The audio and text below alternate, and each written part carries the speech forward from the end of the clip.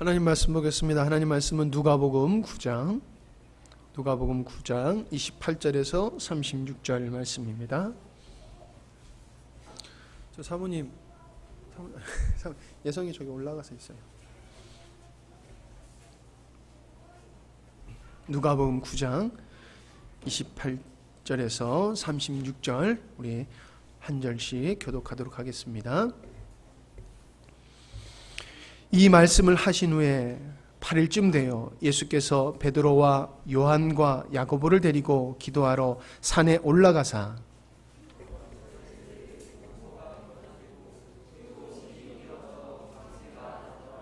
문득 두 사람이 예수와 함께 말하니 이는 모세와 엘리야라.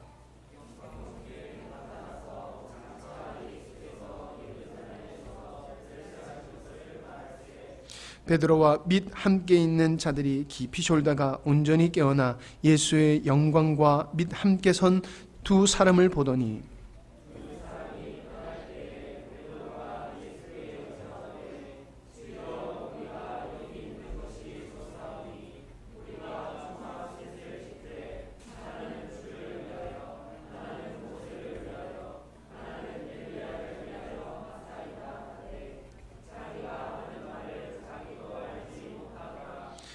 이 말 할 쯤에 구름이 와서 그들을 덮는지라. 구름 속으로 들어갈 때 그들이 무서워하더니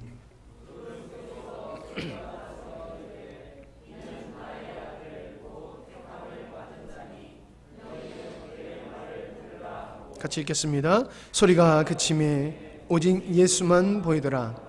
제자들이 잠잠하여 그 본 것을 무엇이든지 그때에는 아무에게도 이르지 아니하니라. 아멘. 이 시간 성가대의 찬양 읽겠습니다. 말씀은 안주의 함정인데 이 주제로 99년도에 설교를 한 적이 있습니다. 어떤 집사님의 상당히 은혜를 받았다고 말씀을 하셔서 제가 기억이 납니다. 보통 때 은혜를 받아도 은혜 받았다는 말씀들을 안 하셔서 그냥 넘어가는데 한 분이 은혜를 받았다고 그렇게 얘기를 하니까는 이 말씀이 이렇게 기억이 납니다.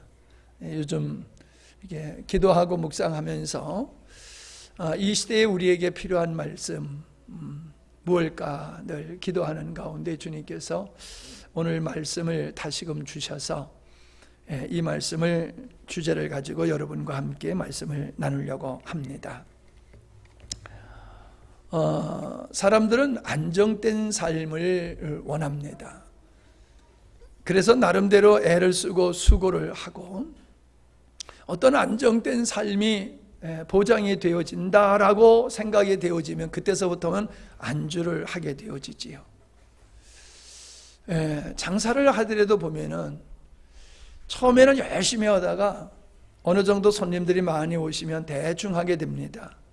그런 집을 가다 보면은 주방장이 바뀌었어요 라고 묻게 돼요. 이 주방장이 안 바뀌었대. 그런데도 음식 맛이 바뀌어집니다. 이러한 모습들이 우리들은 이렇게 편안을 추구하는 습성이 우리에게 있다라고 하는 것을 알 수가 있습니다. 모든 사람이 축복을 받기를 원하지요. 믿는 자나 믿지 않은 사람은 복을 받기를 원하는데 사실 복이라고 하는 게 뭡니까? 우리가 수고한 대로 거두는 것이고 수고하지 않는데도 거두는 것을 복이라고 우리가 생각하지 않습니까? 보편적으로. 근데 하나님의 은혜를 입는 데 있어서는 결코 가만히 있는데 하나님의 은혜를 누릴 수 있는 게 아니에요. 다시 말하면 안주하는 삶 속에서는 하나님의 은혜를 누릴 수가 없다라고 하는 겁니다. 부둣가에 기러기들이 많이 있었는데 어느 날 그 많은 새들이 죽는 거예요. 왜 죽나 살펴봤더니 굶어 죽었어요.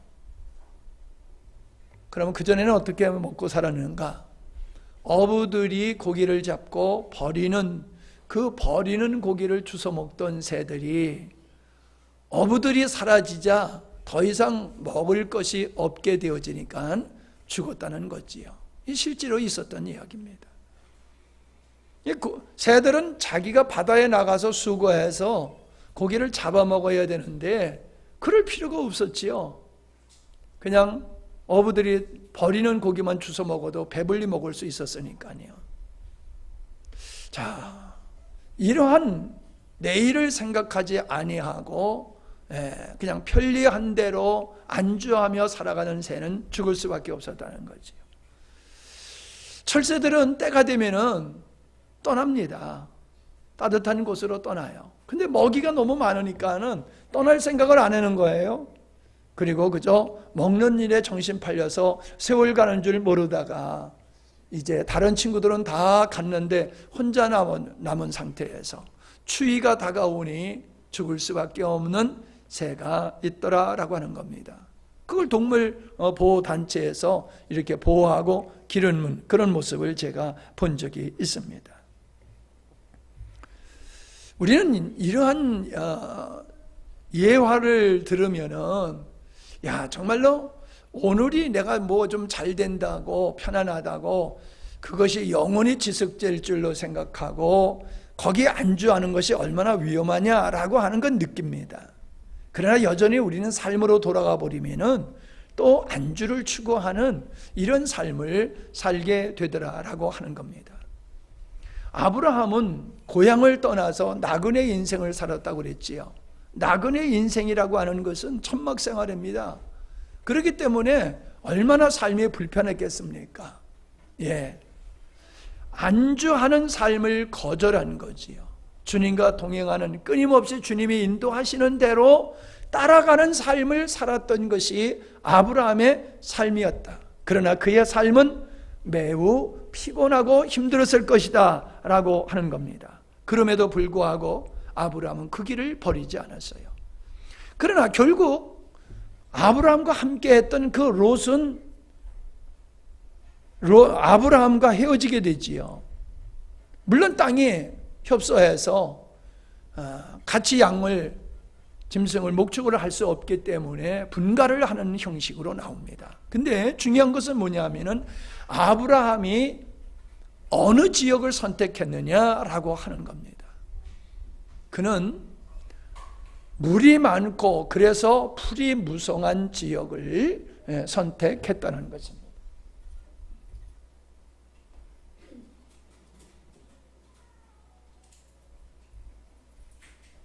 그것이 바로 소돔 성이 있는 지역이지요.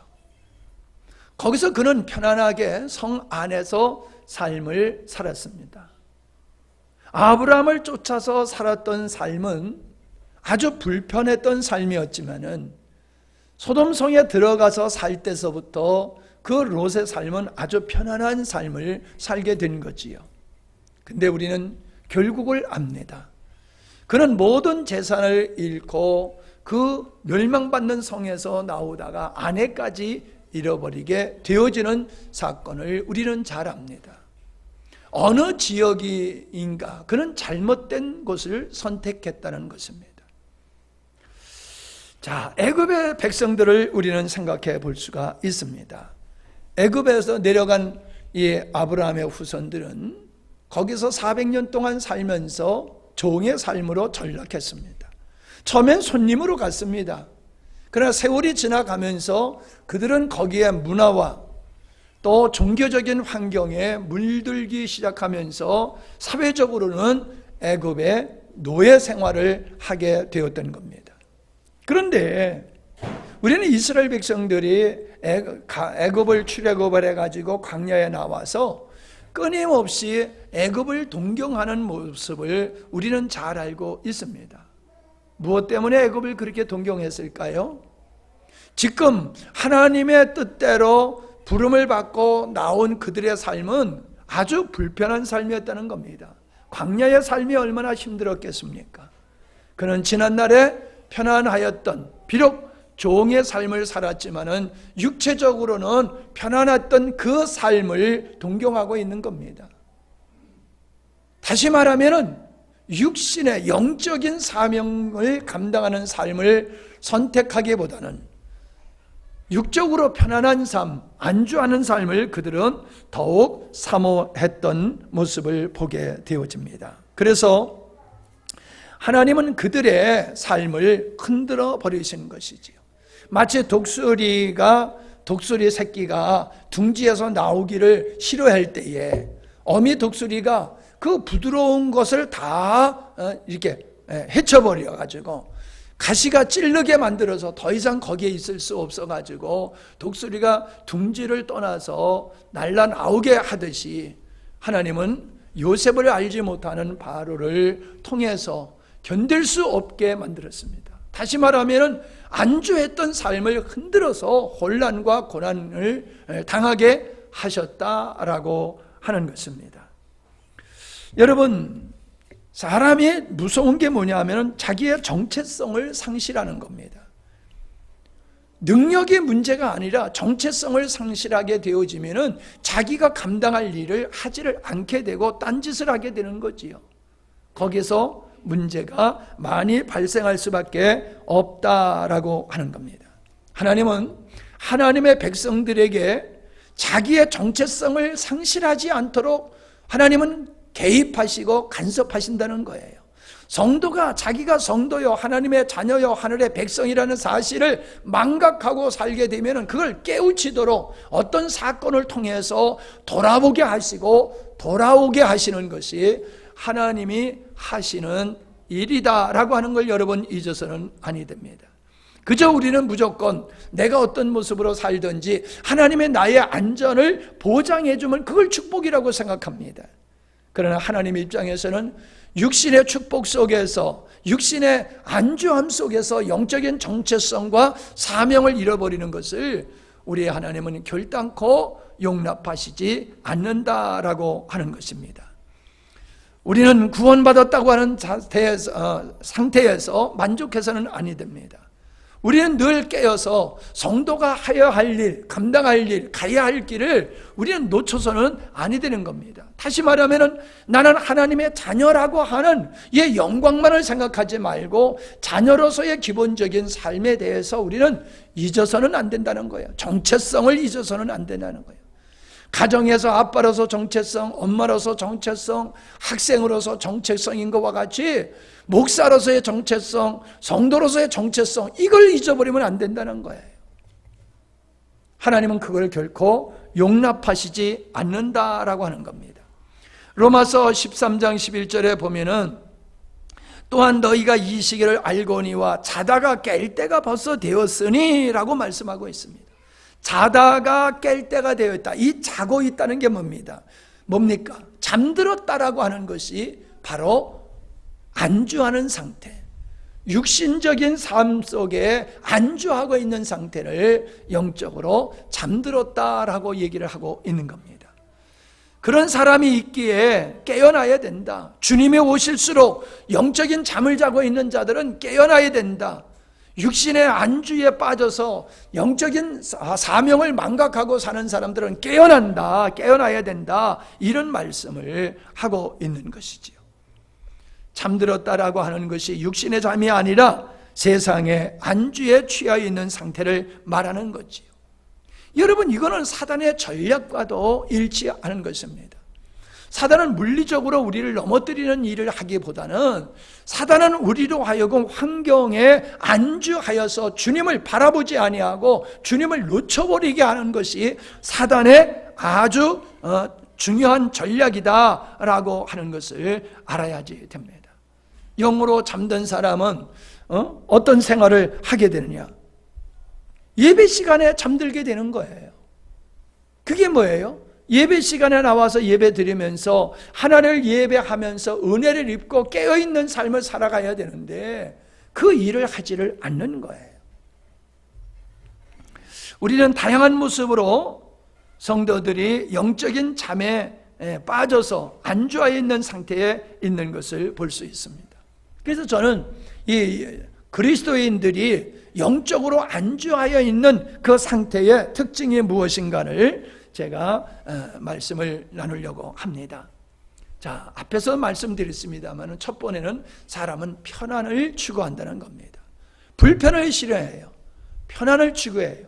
자, 그래서 이 편리함, 편안함을 추구하기 때문에 이 과학이 발전하고 우리의 삶이 발전하는 것이 맞습니다. 불편함을 그대로 이게 그냥 좋아, 나는 이대로 그냥 있을 거야 라고 하는 사람이 있어요.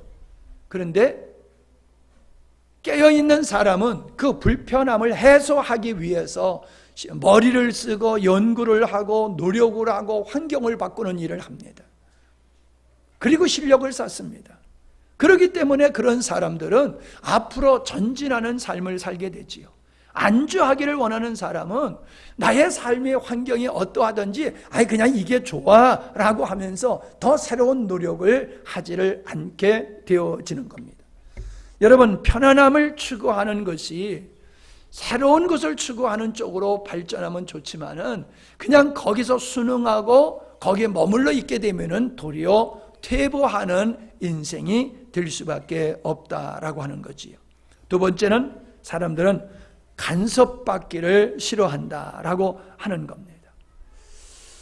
우리는 어떤 주권자이기 때문에 나의 주권이 침해를 받으면 견딜 수 없어요. 상처를 입고 분노를 하고 자기의 주권을 지키기 위해서, 자존심을 지키기 위해서 싸웁니다.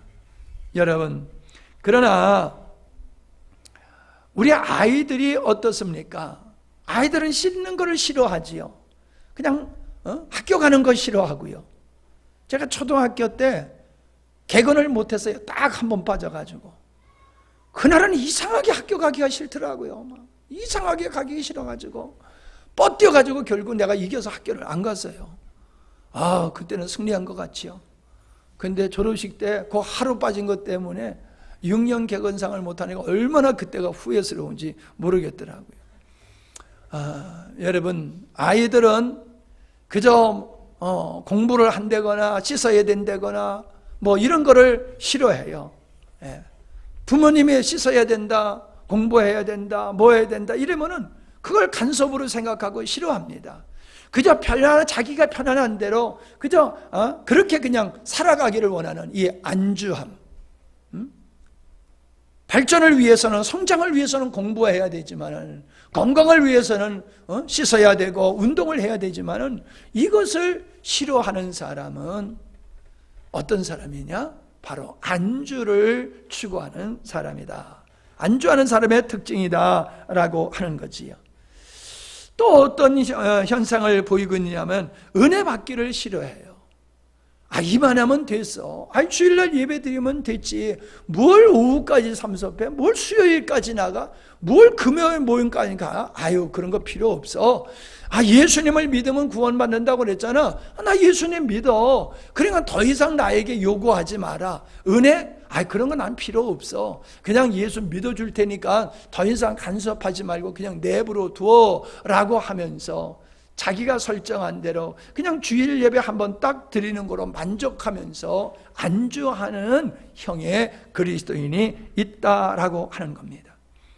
이런 사람은 절대로 은혜를 받지 못합니다. 절대로 영적인 비밀을 깨닫지 못합니다. 성숙한 그리스도인이 될 수 없다라고 하는 겁니다. 왜 은혜를 받지 못하느냐? 은혜를 사모하지 못하니까 은혜를 받지 못하는 거예요. 하나님은 은혜를 사모하지 않는데도 은혜를 억지로 주시는 분이 아닙니다. 인격적이신 분이시기 때문에 그가 열린 마음을 가지고 하나님의 은혜를 사모할 때에 하나님은 은혜를 주시는 거예요. 아멘. 우리가 은혜를 입지 못하면 세상을 이길 수 있는 영적인 능력이 사라지지요. 은혜를 입어야지 우리는 믿음의 능력자가 되어지고 죄를 이기고 세상을 이기고 하나님의 의를 이룰 수 있는, 주님을 사랑할 수 있는 그런 영혼이 될 수가 있는 겁니다. 은혜를 사모하셔야 돼요. 여러분이 설교를 할 때에, 제가 설교를 할 때에 제가 만족스럽지 못하면은 참 아주 하나님 앞에 괴로워요. 왜요? 내가 내 설교에 은혜가 되지 아니하고 내가 내 설교에 만족하지 않는데 성도들이 어떻게 그 설교에 은혜를 입겠습니까? 먼저 내가 하는 설교에 은혜를 입어야지 돼요. 그래야지 성도들이 은혜를 입을 수가 있어요. 마찬가지로 여러분들이 예배 드릴 때마다 은혜를 입어야지 여러분이 그냥 뭐라 그럴까요? 은혜를 입어야지 은혜를 입지 아니하고는 견딜 수 없는 그런 마음의 자세들이 여러분에게 있어야지 돼요. 각자에게. 그런 사람은 은혜를 입게 되어 있어요. 근데 목사님의 설교를 잘하시든지 잘못하시든지 상관없어. 그냥 내가 그냥 예배에 참석하는 것으로 만족해. 이런 사람은요, 절대로 하나님이 역사하셔도 그 은혜에 참여할 수가 없다라고 하는 겁니다. 여러분, 우리가 은혜를 사모하지 않는 게 얼마나 영적으로 손해를 보는지는 내가 은혜 생활을 해보면 알아요. 근데 은혜 생활을 하지 않게 되어지면 내가 영적으로 은혜를 입는 것과 은혜를 입지 않는 것 별 차이가 없어요. 은혜를 입을 때에 은혜의 소중함을 알게 되어지고 그 은혜의 줄을 놓치지 않기 위해서 애쓰고 힘쓰게 되어지는 것이지요. 근데 육신의 안주를 추구하는 사람은 그냥 육신만 편안하면은 절대로 하나님의 은혜를 사모하지를 않더라라고 하는 겁니다. 마귀는 우리를 세상에 붙들어 매는 데 사용하는 게 첫 번째가 돈이에요. 돈. 사람들은 그냥 왜 바쁩니까?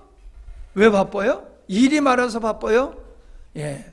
그러나 내면에는 뭡니까? 돈을 많이 벌기 위해서 바쁜 겁니다. 돈을 더 벌기 위해서 보다 더 많이 쌓아놓기 위해서 바쁜 거예요. 여러분, 농사꾼보다도 더 바쁜 게 사장님입니다. 예. 누가 돈은 더 많이 받아요? 사장님이 돈을 훨씬 더 많이 벌지요. 그래서 더 바빠요. 우리는 바쁘기 때문에 예배에 빠지고 바쁘기 때문에 내가 해야 할 일을 하지 못한다라고 하는 것이 우리는 정당한 이유로 생각을 합니다. 참, 과거에는요, 성경 볼 수 있는 시간이 많았어요. 과거에는 학생들이 학교 공부뿐만 아니라 다른 책을 볼 수 있는 시간들이 많았어요. 근데 요즘 너무 바빠요. 그래서 학교 공부도 아이들이 하기가 벅차지요. 성도들은 너무 바쁘다 보니까 피곤하고 지치고 힘들어서 말씀을 읽고 묵상할 수 있는 여력이 없어요. 너무 바빠요. 왜 바빠요? 돈 많이 버느라고. 여러분, 돈을 많이 버는 게 죄라는 얘기가 아닙니다. 우리가 추구하는 건 돈 이상이 되어야 된다는 거예요.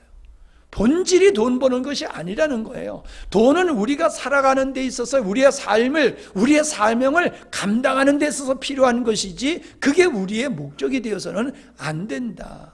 그래서 그것 때문에 본질을 놓치는 일, 그래서 그 돈을 자꾸 갖다 주고 돈이 또 많이 벌리면은 돈 나 이만큼 있어. 그래서 거기다 안주하는 거지요.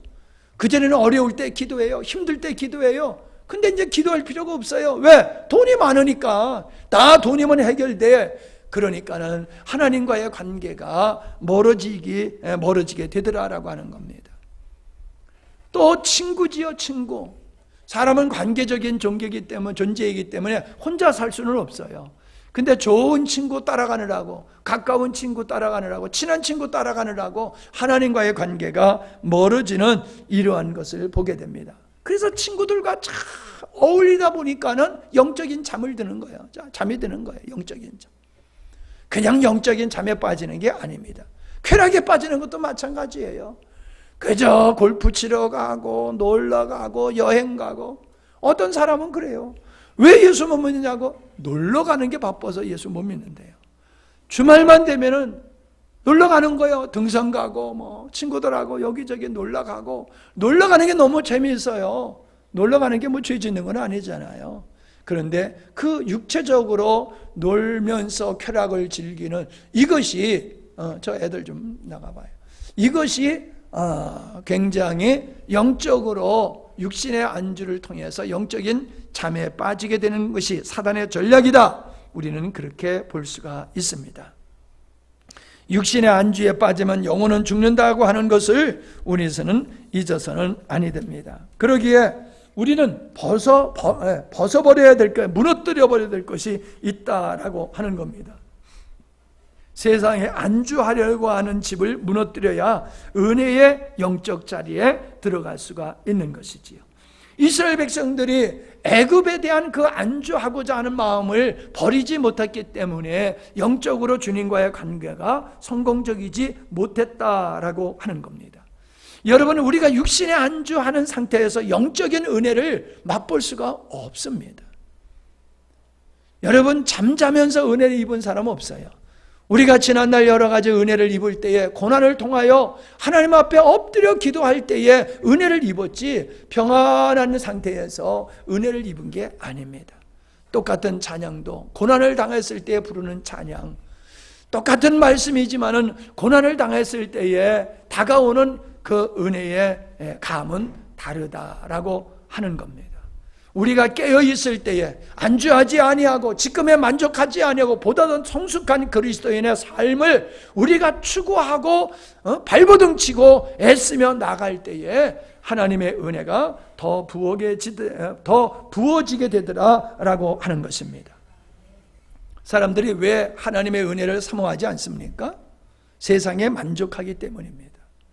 이것으로 좋아, 이거면 됐지 뭘 더. 육신에 안주하는 사람들은 절대적으로 영적인 은혜를 사모하지 않습니다. 또 한 가지는 그겁니다. 영적인 은혜가 무슨 능력과 은혜와 축복이 되는지를 모르는 사람입니다. 육신의 축복이라고 하면 얼른 아는데 영적 축복은 그 가치를 모르는 거예요. 얼마나 우리에게 그게 소중하고 필요한 것인지를 모릅니다. 그렇기 때문에 은혜를 사모하지 않는 것이다 라고 하는 겁니다.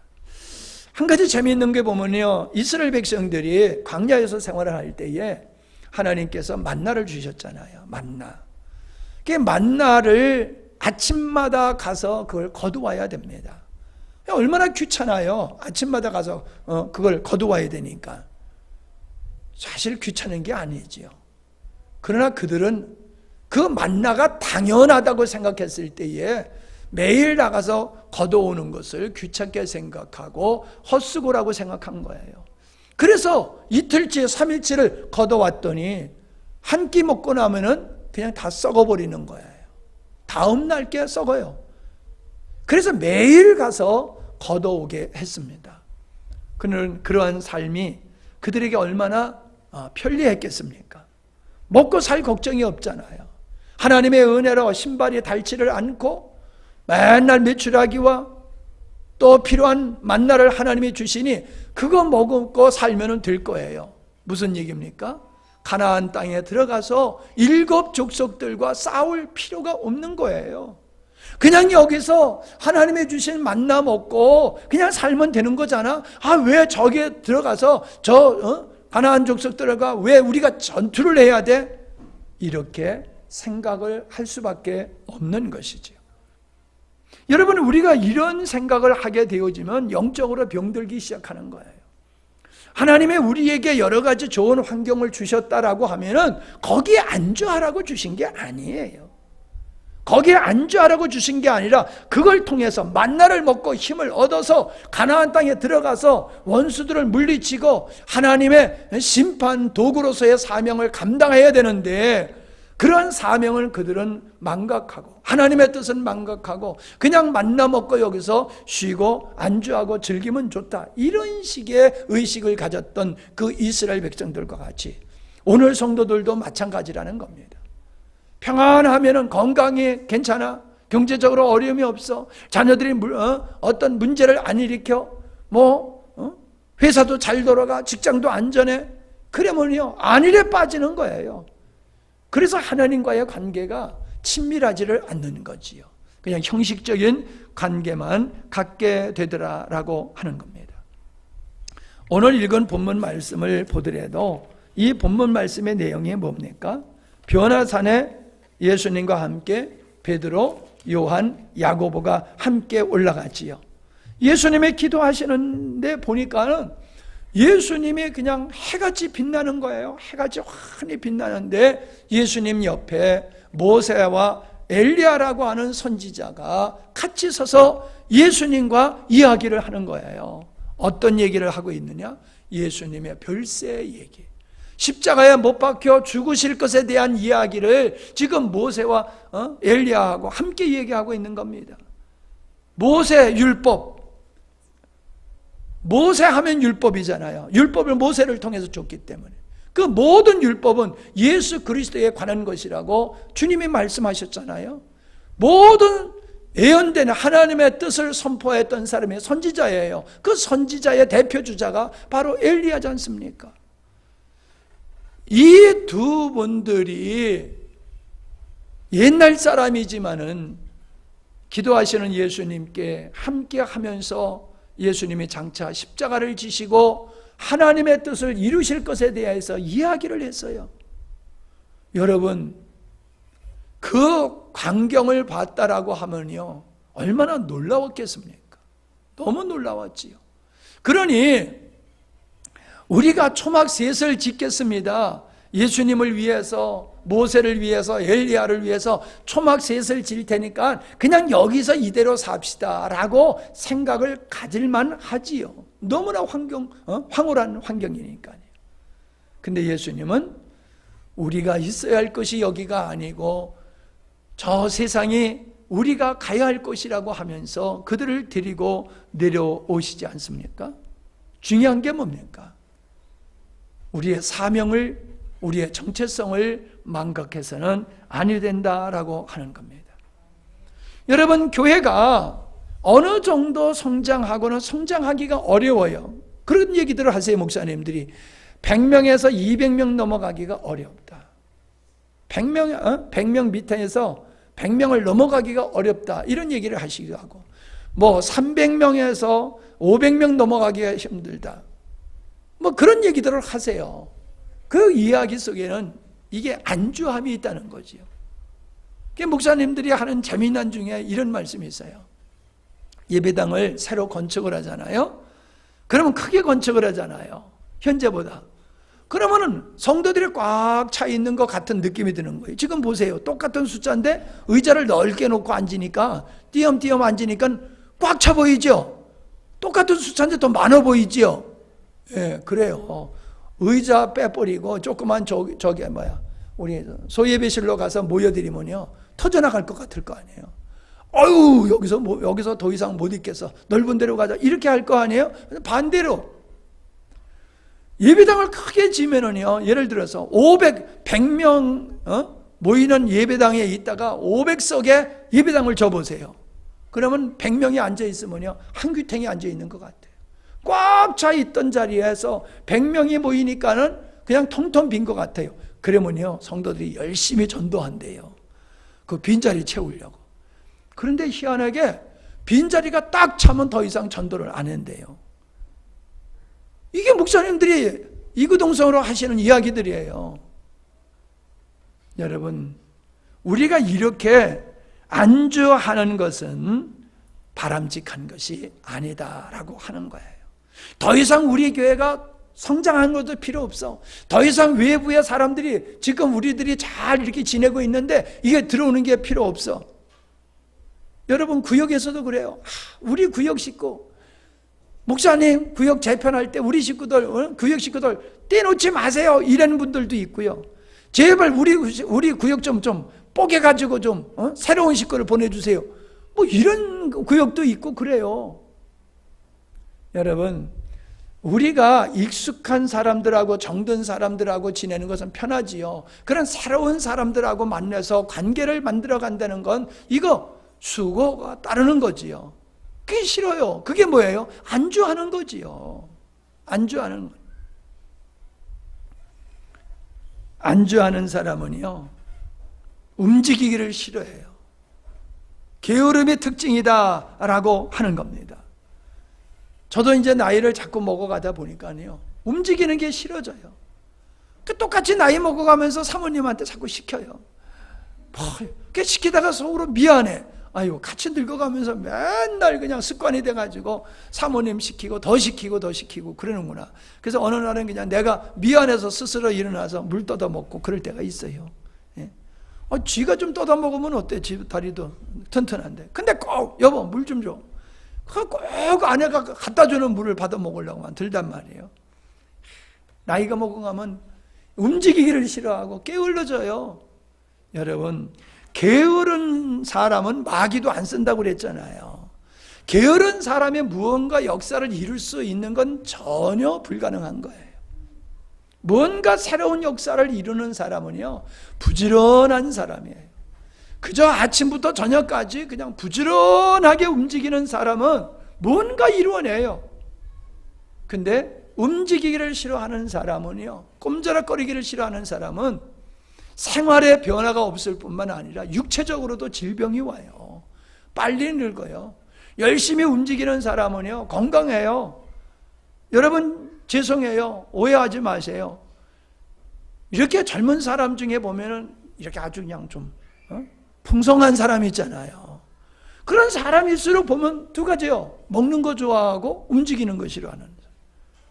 이 두 가지가 항상 같이 가요. 먹는 거 하면요, 얼마나. 어저께도 이 거제도에서 우리 여럿이 왔다 갔는데, 지난번에 걔들이 가는데 뭐 많이 가져가더니 한 절반은 남겼더라고. 그냥 오늘 이번에 내 옆에서 먹길래, 이번에 남기는 사람은 돼지 우리에 들어가서 1시간 같이 있다 나오기. 그랬더니요, 하나도 남기지 아니하고 적당히 가져가서 싹 먹고 가더라고. 예? 먹고 싶은 욕망은 큰데 실컷 먹고 움직이지 아니하니까는 비만이 생기는 거지요. 그래서 어린 아이들이 성인 비만이 걸리는 이유가 어디 있습니까? 게으름 때문에 생기는 거라요. 게으름. 아니, 오해하지 마세요. 여러분, 저는 뚱뚱한 사람을 별로 안 좋아합니다. 왜 뚱뚱한 사람을 왜 별로 안 좋아하느냐면 뚱뚱해서 안 좋아하는 게 아니에요. 젊은 사람이 어떻게 자기 건강 관리를 했길래 저렇게 몸이 뚱뚱하도록, 그걸 제가 안 좋아하는 거지요. 뚱뚱한 자체를 제가 싫어하는 건 아니에요. 마른 사람보다 뚱뚱한 사람이 더 보기 좋아. 웃지를 않냐, 웃자고 얘기를 했는데도. 자, 우리는 이게 본질을 여러분 오해하지 마세요. 뭐 목사님 오늘 뭐 뚱뚱한 거, 뭐 날씬한 거 가지고 괜히 이거 시비 걸지 마세요. 본질을 여러분이 생각을 하셔야 된다는 거예요. 움직이기 싫어하고 게으른 사람, 이런 사람들이 대부분 어떤 사람이냐? 안주하기를 좋아하는 사람의 특징이다. 이게 본론이지. 딴 거 가지고 괜히 시비 걸지, 시험 들지 마시기를 바랍니다.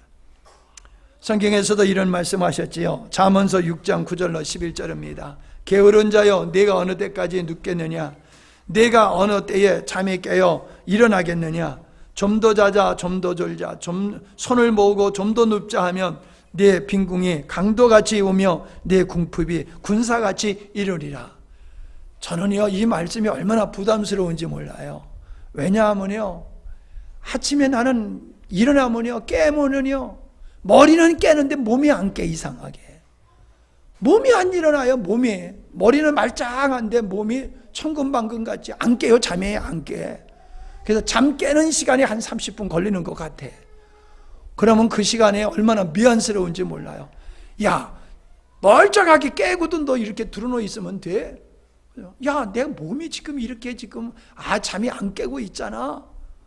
야, 그래도 일어나야지. 그러면 내가 혼자 나와 이야기를 하다가 일어나기도 하고 그러는데, 여러분, 성경에서는 분명히 우리에게 말씀하고 있습니다. 게으른 자, 빈궁이 강도같이, 궁핍함이 군사같이 너에게 이를 것이다. 아멘입니까? 아멘 하셔야 됩니다. 우리의 영광스러운 교회 성도님들은 대부분이 젊은 분들이잖아요. 젊다고 해서 젊은 게 아닙니다.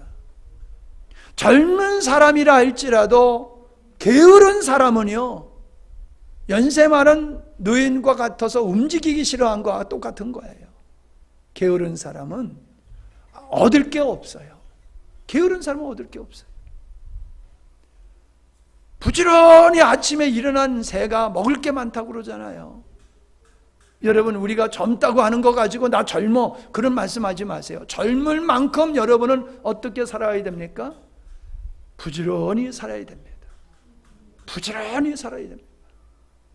난 여러분이 오늘 이상한 얘기를 자꾸 하네. 나만큼 부지런했으면 좋겠어. 또 웃지를 않네. 나만큼 부지런했으면 좋겠다니까.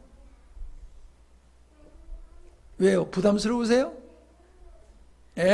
힘들어요. 피곤해요. 그러나 무언가를 이뤄내는 사람은 부지런한 사람이지요. 움직이기를 싫어하고 게으른 사람은 남의 덕에 살아요. 남의 덕에. 나는 여러분이 남의 덕에 사는 걸 원치 않아요.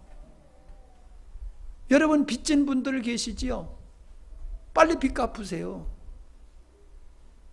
여러분 빚지고 나도 살아봤지만 빚지고 살면 정말 인생 피곤해요. 죽기 살기로 여러분 빚 갚으세요. 그리고 자유하세요. 그리고 돕는 자의 삶을 사세요. 다른 사람의 신세를 지고 사는 게 아니라 나를 통하여 다른 사람의 덕을 볼 수 있도록 그렇게 여러분 사세요. 힘들어요. 수고스러워요. 나 이제 돼지 안 기를 거야. 이러니까 웃네.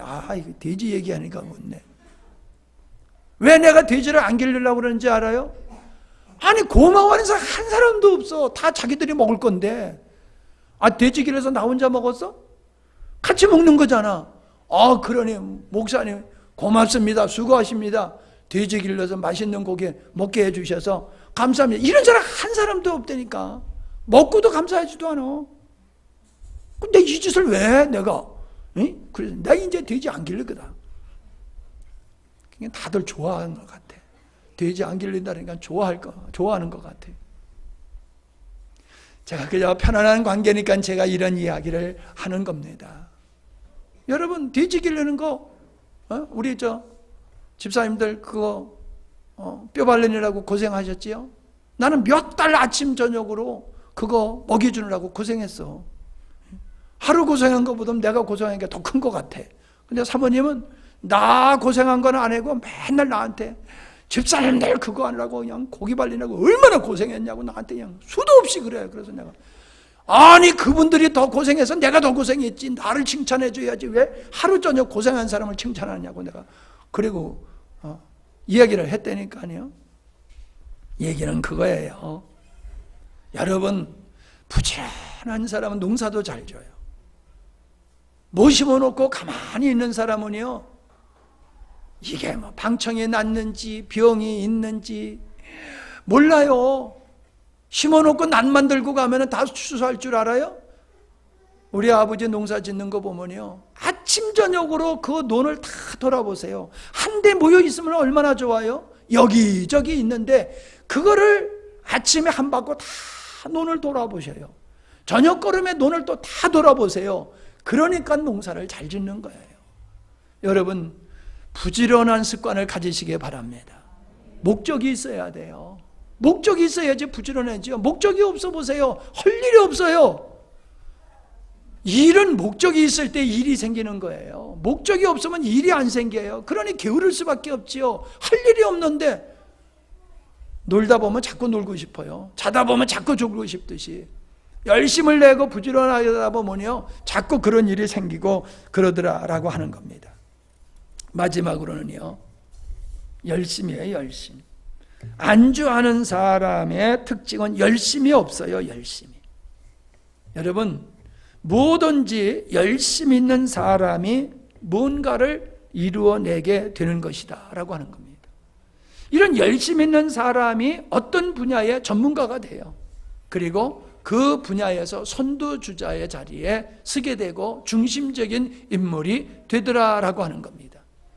성경에서는 우리를 향하고 머리가 되고 꼬리가 되지 말라 하는 말씀을 하고 있는데, 머리가 되고 꼬리가 되지 말라고 하는 것은 네가 으뜸이 되라 이런 뜻이 아니에요. 머리가 된다라고 하는 것은 온 몸을 지탱하는 근본이잖아요. 우리가 머리가 된다는 것은 많은 사람을 섬길 수 있다는 거예요. 많은 사람을 잘 살게 하고 복되게 살게 하고 축복된 삶을 살게 하는 역할이, 그게 바로 머리된 자만이 할 수 있는 거예요. 능력이 있어야지요. 실력이 있어야지요. 그래야지 다른 사람을 도울 수 있는 거예요. 우리로 하여금 신세 지면서 사는 사람이 되지 말라고 말하고 있어요. 믿는 사람은 다른 사람에게 은혜를 끼치는 사람이 돼야지 얻어먹는 사람이 되지 말라는 거예요. 우리는 영적인 자존심이 있어야 돼요. 내 아버지가 하나님 아버지셔. 내 아버지가 하나님 아버지셔. 그런 그분을 아버지로 모신 내가 이 세상에서 믿지 않는 사람들한테 손 벌리면서 산다? 자존심이 상해야 돼요. 내가 믿지 않는 사람의 덕을 보면서 살아야 된다. 자존심이 상해야지 돼요. 다른 사람보다 더 잘나려고 노력하는 게 아니라 우리는 믿는 사람으로 머리된 역할을 하면서 살아가야지요. 게으르고 안주하고 열정이 없어. 그러면 아무것도 이룰 수가 없어요. 믿음 좋다고요? 믿습니다 잘한다고 하나님 축복받을 줄 아세요? 천만의 말씀이에요. 아무리 믿습니다 이거 잘해도요, 열정 없는 인생은요, 하나님의 축복을 담아낼 그릇이 없는 거예요. 하나님의 축복을 안 주시는 게 아니에요. 하나님이 복을 주시는데 그걸 담아낼 그릇이 있어야지요. 그 그릇이 뭐예요? 열정이에요. 열정. 무엇을 하든지 열정적으로 해야 돼요. 놀아도 열정적으로 놀고요, 일을 해도요 전투하는 것 같이 해야 돼요. 전투하는. 난 여러분이 나하고 일하면 싫어하는 줄 내가 뻔히 알아. 그래서 내가 자꾸 도망가 하다가 도망가. 에? 여러분이 싫어할 걸 내가 뻔히 아니까. 그 싫어하는 짓을 왜 하세요? 그럴지 모르겠어. 생겨먹은 게 그런데 어떻게? 나는 일을 하더라도요, 저녁에 가서 그냥 다운돼서 그냥 코피를 흘릴지언정 그냥 열심히 하는 거야. 돈이 되고 안 되고 그건 나와 상관없어. 그냥 열심히 하는 거예요. 가만히 보면 나같이 열심히 한 사람도 많지 않는 것 같아. 그러니까 힘들어요. 피곤해요. 나도 지금 허리가, 옆구리가 지금, 등줄기가 지금 피곤해요. 어저께 하루 종일 막 그냥 힘을 썼더니. 그러나 이걸 후회하지 않아요. 그런 열심을 가지고 학생들이 공부해야지 실력이 향상되는 거예요. 그런 열심을 가지고 농사를 져야지 농사도 잘 짓는 거예요. 그런 열심을 가지고 놀아야지 운동도 잘하는 거예요. 열심이 없으면요, 죽은 사람이에요. 여러분, 죽은 사람 만져보세요. 죽은 사람 만지면요, 차디 차요. 왜 돼지고기는 똑같은 건데도 차가워도 괜찮은데 죽은 사람 만지면 차가운데 그 기분이 별로 안 좋아요. 죽은 사람이 차갑다는 말은 바꿔서 얘기하면은 죽은 사람에겐 열정이 없다는 거예요. 열정이 없어요. 열정이 없는 사람은 젊어도 젊은 사람이 아니에요. 살았다고 해서 그 사람이 산 사람이 아니에요. 난 여러분들이 보다도 열정 있는 삶을 좀 살았으면 좋겠어요. 에이, 목사님 난 이대로 살다 갈게요. 그러면 그렇게 가는 수밖에 없지요. 그러나 제가 여러분이 하나님의 은혜를 입고 여러분이 보다도 많은 사람의 은혜의 통로가 되어지는 이런 인생, 복된 여러분의 인생이 되려고 하면은 열정 있는 삶을 살지 아니하면 안 된다라고 하는 거예요. 안 된다고 하는 거예요. 나보고 일에다가 좀 쉬엄쉬엄 하라고 그러는데 나는 일을 할 때는 목표가 있어요. 오늘 여기까지. 그러면은요, 시간과 상관없어요. 그거 마칠 때까지 그냥 하는 거예요. 그러니까 뭐가 되는 거예요? 하다가 내 동생하고 나하고 차이가 그거예요. 우리 동생은 나보다 훨씬 마음이 좋아, 성품이 좋아. 근데 이 친구는 어떤 줄 알아요? 해만 넘어가면 그냥 땡이야 손 딱 씻어버려요. 아무리 할 일이 이렇게 있어도요, 해만 저녁거름만 되면요 그냥 손 씻어요. 나는 안 그래요. 12시까지 하고 새벽을 새서 불을 켜놓고라도 내가 목적한 바를 이루어요. 그러니까요, 편안하죠. 거기는. 나는 고달프지요. 사모님 같은 사람, 옆에 사람 배는 고파 죽겠는데 목사님 안 들어오고 일만 하고 있으니 얼마나 짜증나고 힘들어요. 다시 본질을 여러분 놓치시기 바랍니다. 내가 하는 게 다 옳다, 그 얘기만은 아니에요. 제가 제 삶을 여러분에게 나누는 이유는 그 근본은 뭐냐? 열정을 가지고 살아야 된다는 거예요. 무엇을 하든지 열정적으로 해야지 하나님의 은혜와 축복을 담을 수 있는 것이라는 거예요. 열정이 없으면 구멍난 그릇과 똑같아요. 아무것도 이루어질 수가 없어요. 우리 그리스도인들은 이 로또를 사면 안 돼요. 그건 뭐예요? 요행을 구하는 거죠.